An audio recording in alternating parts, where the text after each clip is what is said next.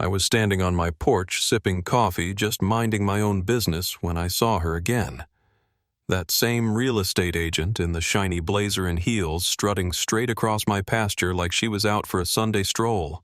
She was dragging along this young couple, beaming and gesturing at my old barn like it was some feature in her sales catalog. I hollered, "Hey, get off my land. This is private property, and you know what?" She just gave me a lazy wave like I was the local welcoming committee and kept right on going. That's when it hit me. She wasn't heading back to the road. She was pounding a for sale sign right into my ground. That was it for me. I stomped down there, heart thumping so hard it nearly rattled my teeth, and just as I got up close, the couple looked all kinds of confused, but that realtor smirked like I was some crazy character from a story. Then she hit me with the line that about made me spill my coffee. "This lot's part of the HOA community now you've been annexed. I can sell it. Annexed, without my permission." I stared at her, stunned. I'd owned this place for years, free and clear. Nobody could just take it. Right? Then I looked around and saw 3 more signs sticking up near my fence. Not a single one had my name. Everyone read "Available Lot Magnolia Bluffs HOA Realty Team. Call Jenny for a tour." I yanked that sign out of the ground so hard I nearly snapped the stake and told her, "You're trespassing and I don't consent to anyone selling my land." She just smiled cold like ice and said, "That's for the HOA board to settle, sir. Not you." I couldn't believe what I was hearing, and right then my phone buzzed. "Neighbor Paul? Hey man, there's a flyer going around saying your property's part of the Magnolia Bluffs expansion. Thought you knew." That's when it sunk in. This wasn't some nosy agent, this was a planned takeover. And somehow they already had buyers lined up. So let me back up a sec before the signs, the trespassers, the madness. I'm Clint, retired military, mid-50s, living on 12 acres just outside Austin, Texas for 15 years. My place is peaceful. Goats, chickens, a barn I built myself, and sunset so pretty you almost forget the world's got problems. I moved here after my wife passed, needed the quiet, needed to heal. My daughter Lucy visits from college, helps when she can. My neighbor Paul, also ex-military good man, lives just down the road.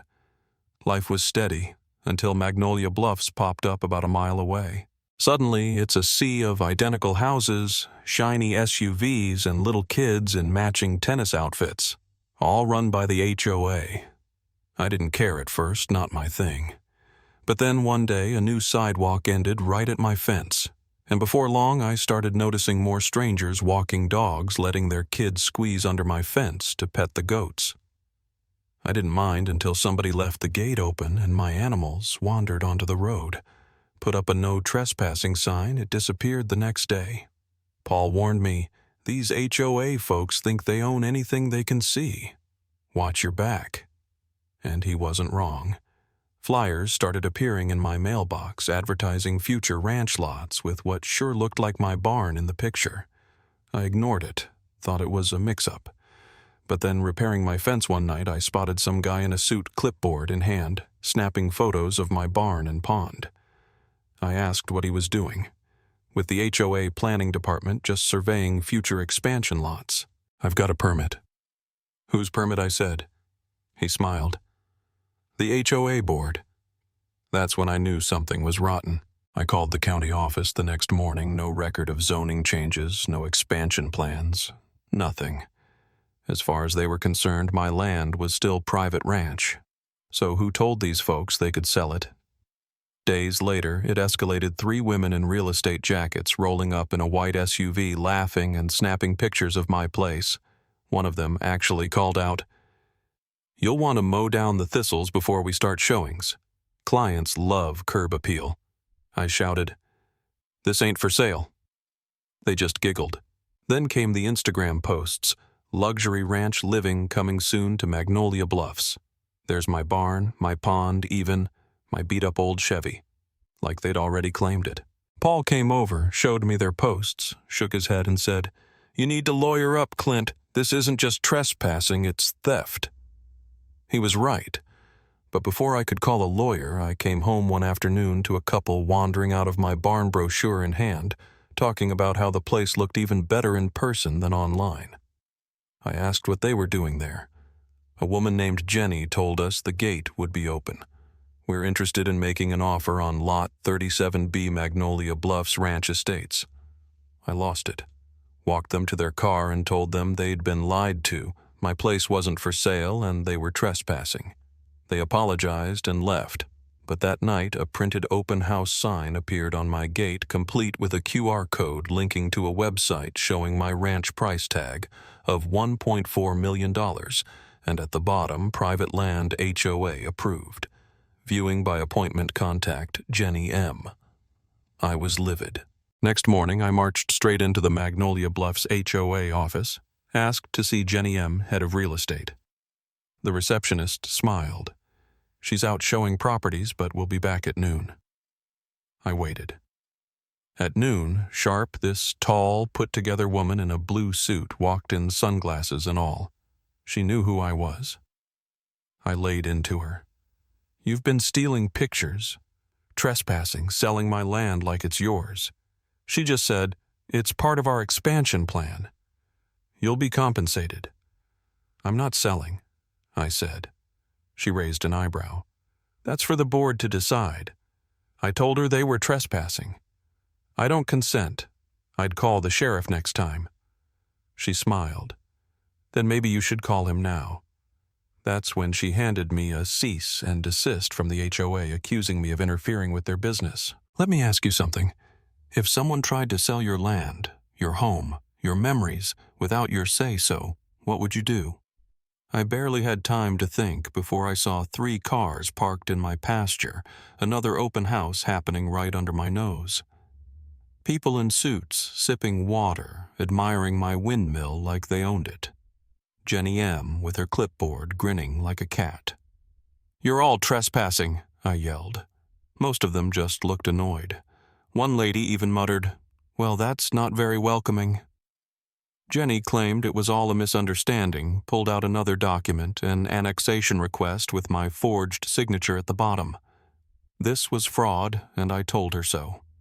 That's something for the courts. She shrugged. I ripped out the for sale sign and tossed it in her SUV, told them all to get off my land. That night, Paul and I went through every deed and paper I had. All mine, no liens, no co-signers. Paul said, they forged your signature. That's criminal. So next morning I went to the sheriff. Daniels is an old-school, no-nonsense kind of guy. He looked over the papers, shook his head, said he'd open an investigation, but warned me. These HOA folks have deep pockets and lawyers. I hoped that'd slow them down. I was wrong. 3 days later, workers in neon vests ripped my front gate off the hinges and started staking ropes across my field. We're prepping for the new Magnolia Bluffs trail extension, they said, flashing another permit with my signature, again fake. I threatened to call the sheriff and they left, but I knew then they weren't pretending they were building. The next morning, a bulldozer rumbled down my drive, led by an HOA-marked SUV. Jenny stepped out. Said construction for the Magnolia Ranch Welcome Center started today, showed me more forged permits. I warned the bulldozer driver he shut the engine down fast. Sheriff Daniels showed up, looked over the paperwork, told Jenny her documents weren't worth the paper they were printed on.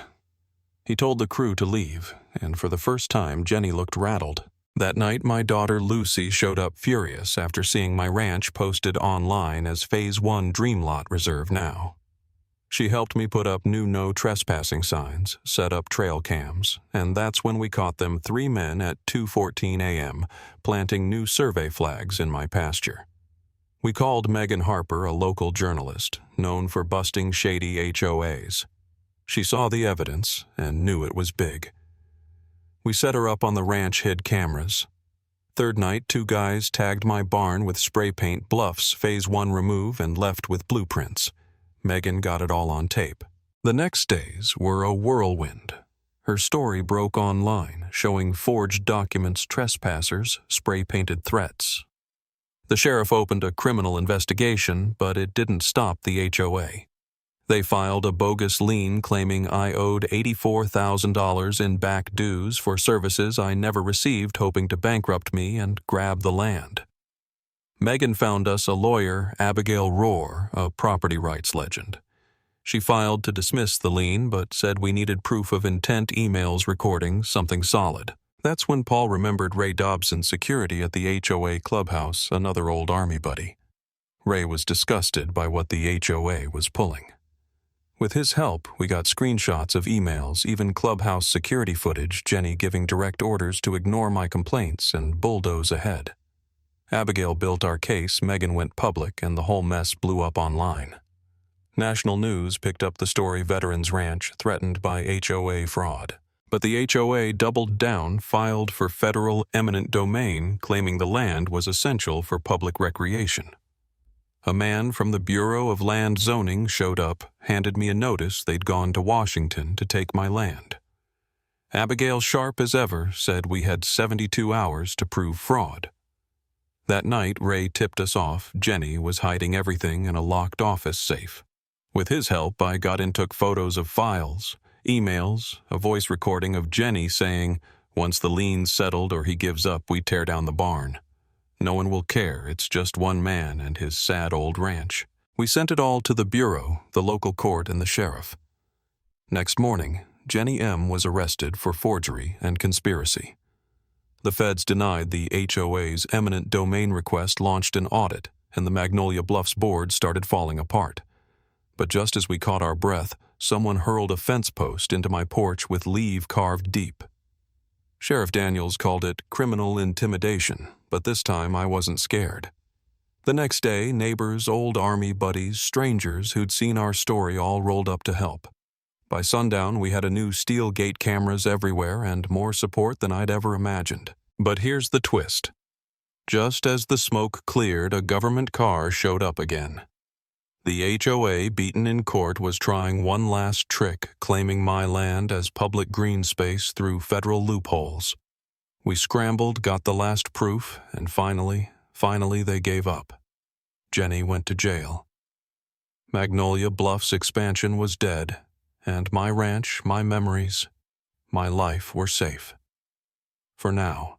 So I'm asking you, what would you do if someone tried to steal your land?